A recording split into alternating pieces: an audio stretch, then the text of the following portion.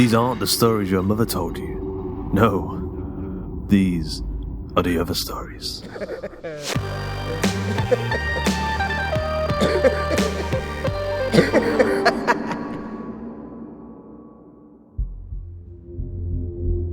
Today's episode of The Other Stories is Strange Bedfellows, written by Gustavo Bondoni and narrated by James Barnett, aka Jimmy Horrors. Lucius leaned against the door, pretending to need the support from the frame. The room wasn't much.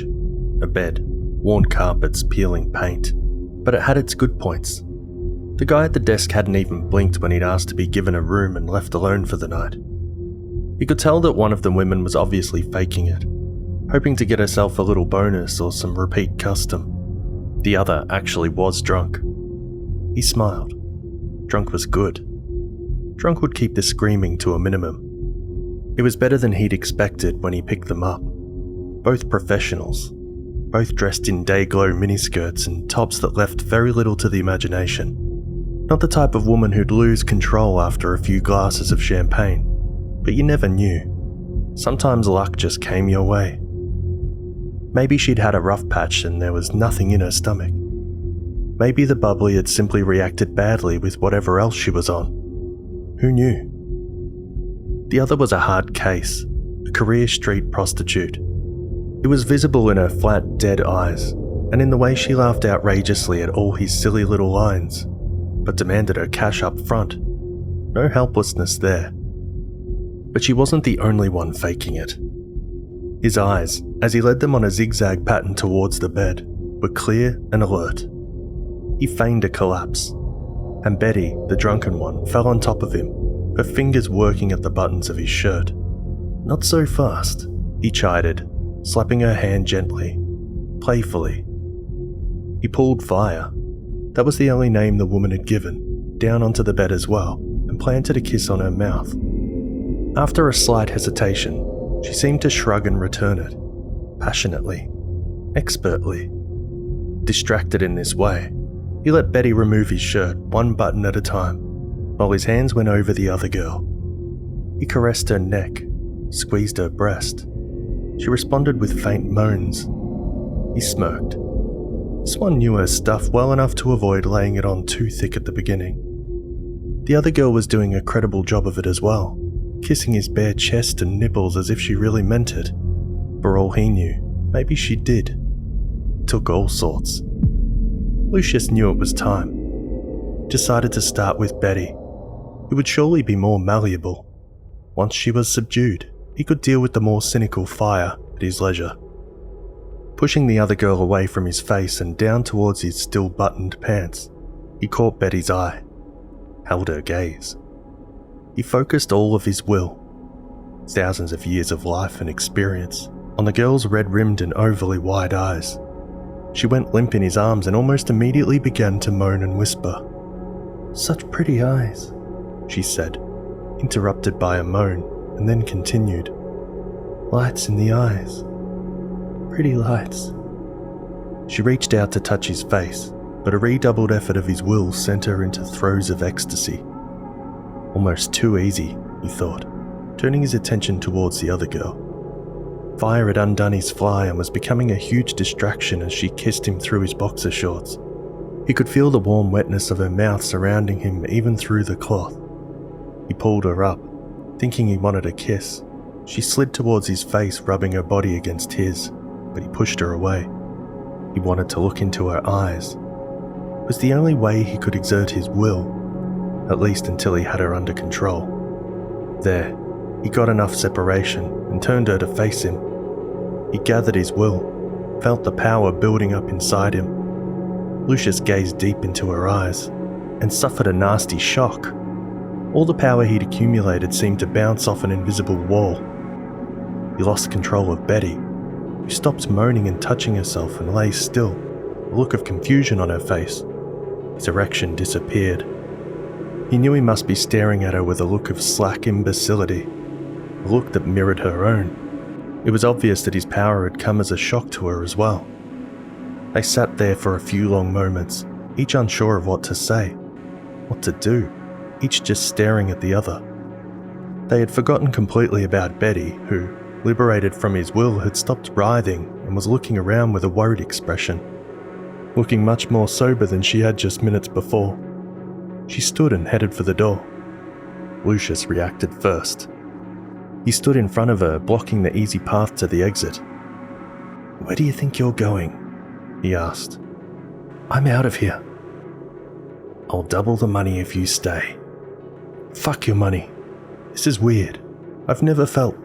She left it hanging, just shook her head and went on.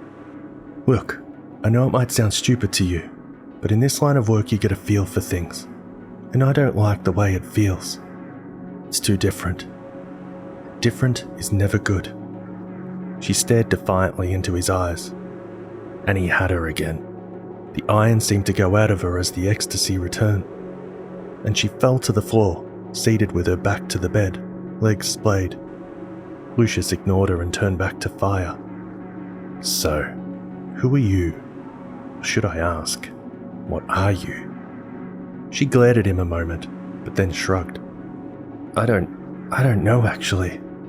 I was abandoned at birth and always knew there was something different about me." What makes you different?" he asked, eagerly. Was it possible? Could there be another like him? "Just things. I'd rather not talk about it." "Things like this?" He pointed a single finger at the girl on the floor, and she arched back, moaning, hands pushing against the floor. He pulled the finger back and she relaxed, panting. Fire shrugged. "I guess. Never needed to use it that way. I can get along on natural talent. Mainly, I'm more worried about getting them alone." "What for?" "So I can feed on them." She turned her head away, ashamed but unafraid. "How?" "Tell me how you feed on them." He took her hand, pulled her toward him, hoping beyond hope that this was what he'd been waiting for all these centuries. He couldn't remember the last time he'd felt this wild, abandoned hope. He knew that if she disappointed him, if she was just some regular human with a sick, cannibalistic streak, he'd leave her intestines wrapped around all the furniture, and he'd do it while she was alive. She tried to pull away, but didn't make much of an effort. It's as if she had a death wish and wanted to tell someone about her strangeness. It's hard to explain. It's like an energy that surrounds people. I can take that energy and keep it. It gives me a high, like heroin, only more so. He could have cried out in joy and knew he was pressing her fingers much too hard, but he didn't care. And what do you do with the bodies afterward? Bodies? I don't kill them. I always leave enough energy for them to go on living, and before eating them out, I always give them their money's worth. You'd be surprised at how many of these dudes are repeat customers. She shook her head, but seemed relieved that he made no derisive comment about her delusions. But he did laugh. "Oh my dear, sweet child," he said. "How old are you?" "I'll be 22 in August." He laughed again, louder, heartier. "You've got so much to learn." She became guarded again, street tough, not liking his condescension. "Oh yeah? What about?" "About your power. About your feeding. About how you get twice the energy when you eat the flesh as it's still alive. About how your abilities will make you immortal." He laughed again.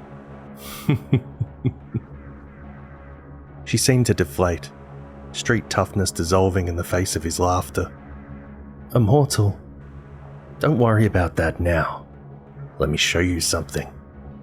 Lucius pointed at the girl on the floor and she began moaning again, softly now, but as if climaxing unmistakably with each breath. He took one of her hands and, pulling a jackknife out of his back pocket, opened a small cut in her finger.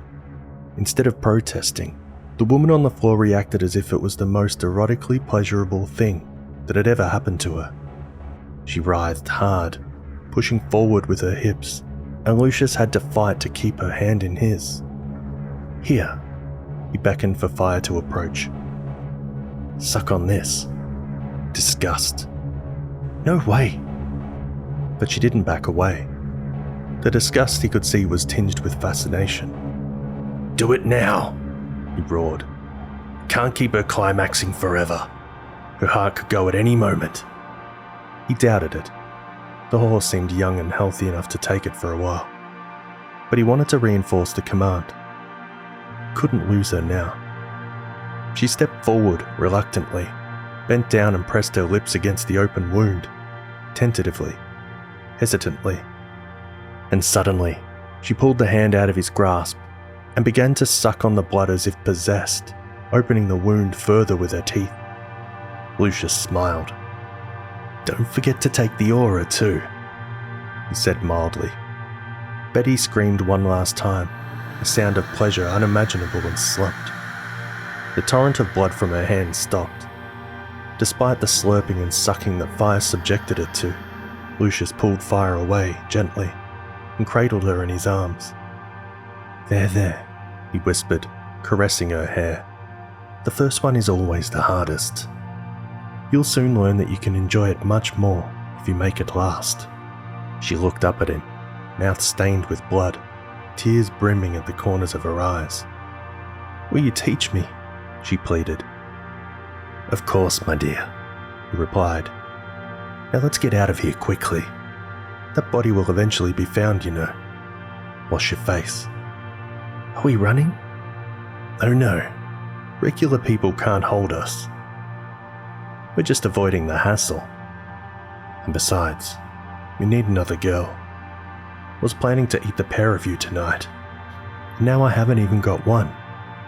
I'm hungry. She nodded understanding like no one else could. His heart beat, knowing that, at last, he'd found his other half after all these lonely years.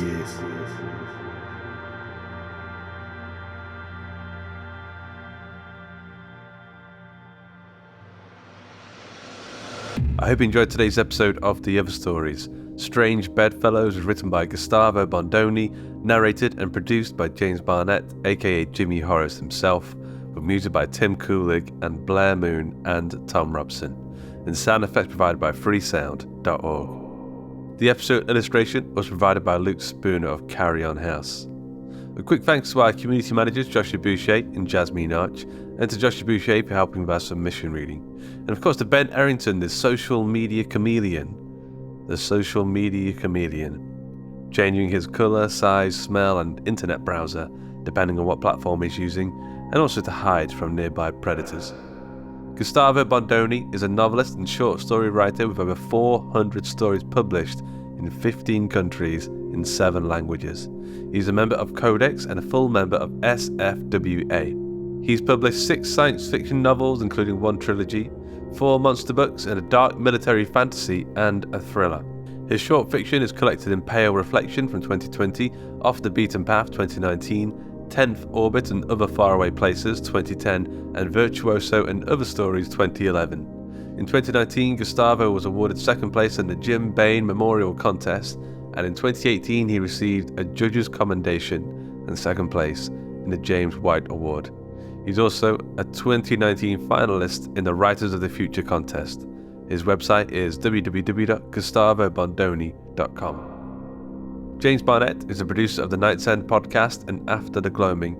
Search for them wherever you get your podcasts. You can catch other works of his at jamesbarnettcreative.com. The Other Stories is a production of the Story Studio Hawk and Cleaver and is brought to you with a Creative Commons Attribution Non-Commercial No Derivatives license. That means don't change it, don't sell it, but by all means share the hell out of it. So, Until next time.